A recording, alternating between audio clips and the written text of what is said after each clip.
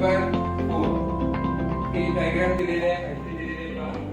In right angle triangle LMN काटकोन त्रिकोण LMN मध्ये इफ जर angle N is equal to theta आता दिलेला आहे, angle M is equal to 90 degree, cos theta is equal to 24/25, find शोधायचे आहे की आपल्याला sin theta, tan theta, sin square theta आणि cos स्क्वेअर. आता इथे पहा त्यामध्ये इथे राइट अँगल ट्रायंगल LMN काटकोन त्रिकोण LMN मध्ये इथे बघा हा angle N, already angle N 90 degree दिलेला आहे, angle N is equal to theta दिलेला आहे. ओके, मग आता आपल्याला इथे cos थीटा रेशो घ्यायचा. cos थीटा म्हणजे ऍडजसंट साइड अपॉन हायपोटेन्यूज, कर्ण सॉरी लगतची बाजू हे कर्ण लंब. हे बघा ऍडजसंट साइड आहे MN, ते कर्ण LN. आता ऑलरेडी इथे परंतु cos थीटाची व्हॅल्यू आपल्याला दिलेली आहे की cos theta is equal to 24/25. आता याचं कंपॅरिझन करा की cos थीटा याची व्हॅल्यू किती आहे. therefore MN upon LN is equal to 24/25. या टू साइडचा रेशो आपल्याला इथे मिळालेला आहे. अर्थात त्याच्यामधून कॉमन मल्टिपल इथे लेस केलेला असतो, त्यामुळे आता कॉमन मल्टिपल आपल्याला k घ्यावं लागेल आणि म्हणून इथे लेट समजा MN is equal to 24k हे कॉमन मल्टिपल घेतलेलं आहे. LN is equal to 25k म्हणजे MN साइड घेतलेली आहे 24k आणि LN साइड घेतलेली आहे 25k. आता इथे बघा आपल्याला ही साइड शोधावी लागेल. आपण इथे फक्त लिहिलेली आहे MN आणि LN. आता आपल्याला ही साइड शोधायची आहे, पायथागोरस थेरम यूज करावा लागेल. By Pythagoras theorem, Pythagoras theorem, पायथागोरसच्या प्रमेयानुसार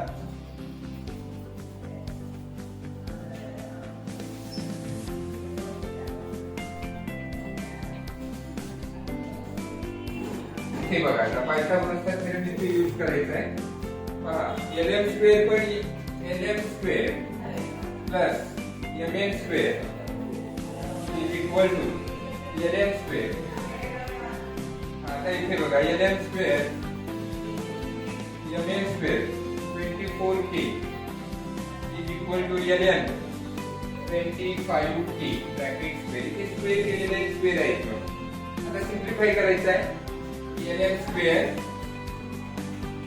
प्लस 24 चा square 576k square is equal to 25 चा स्क्वेअर 625 आणि k चा square k square.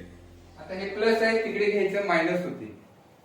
therefore LM square is equal to 625k square minus 576k square is equal to 49k square. LM square ची value मिळाली. Square root घ्यायचा आहे. LM is equal to 7k मिळाली.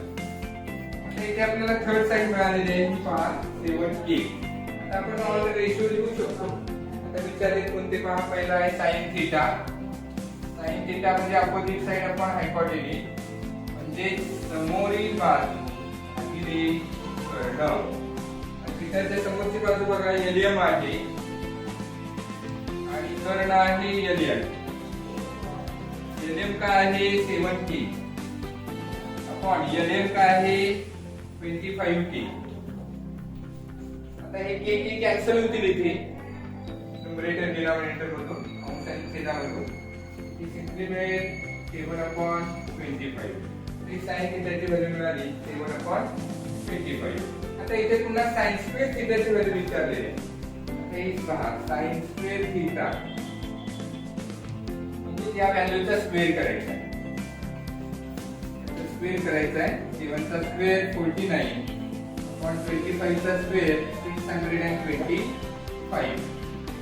Okay, म्हणजे आपल्याला इथे sine square थिटाची value मिळालेली आहे 49/625. इथे पण इथे किती होईल? Sine theta is equal to 7/25. तर अशीच आपल्याला इथे cos स्क्वेअर थिटाची व्हॅल्यू द्यायची आहे. cos square theta is equal to cos थिटाची व्हॅल्यू पाहिजे आहे. ऑलरेडी दिलेली आहे 24/25. ब्रॅकेट स्क्वेअर करायचा आहे म्हणजे तिथे 576/625. therefore cos square theta equal to 576/625. तर इथं आपल्याला अगदी 4 व्हॅल्यू शोधायची होते. आपण इथे अजून tan थीटाची एक व्हॅल्यू काढायची राहिलेली आहे. tan थीटा पहा. tan theta means opposite side upon adjacent side. Opposite side upon adjacent side. This LM upon MN.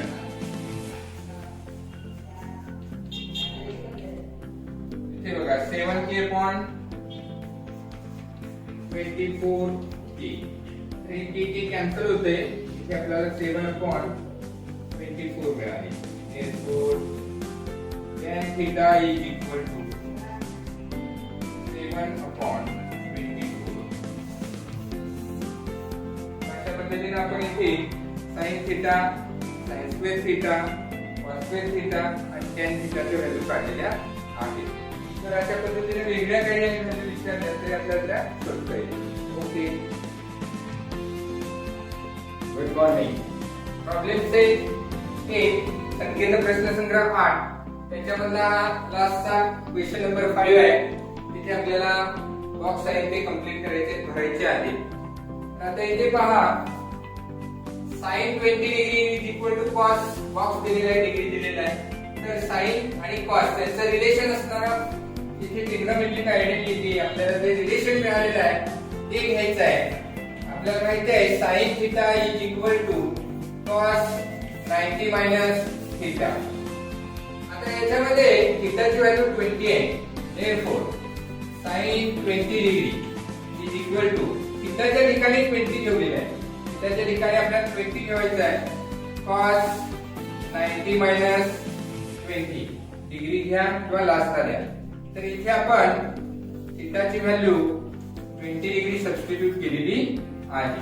आता काय मिळतं पहा, सिम्प्लिफाय करूया. sin 20 degree is equal to cos 90 minus 20 म्हणजे 70 डिग्री. अर्थातच तुम्ही याचं जर इथे ऑब्झर्वेशन केलं, कंपॅरिझन केलं तर आपल्या लक्षात येते इथे की इथे बॉक्सच्या ठिकाणी 70 हवे. ओके, आता नेक्स्ट हे पहिलं झालं. सेकंड वाला पहा. आता इथे पण रिलेशन पहा. आपल्याला माहिती आहे tan theta into tan 90 minus theta is equal to 1. आता इथे थीटाची व्हॅल्यू 30 ठेवायची.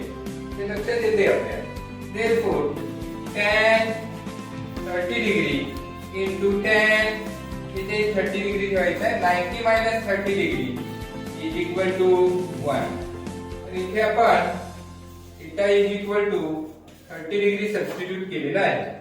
therefore tan 30 degree into tan इथे सिम्प्लिफाय करा, मायनस करा, 60 डिग्री इज इक्वल टू 1. म्हणजे इथे जर आपण कंपॅरिझन केलं तर आपल्या लक्षात येतंय तर इथे 60 डिग्री हवंय. आणि मग लास्ट थर्ड. आता इथे पहा पुन्हा cos आणि sin आहे.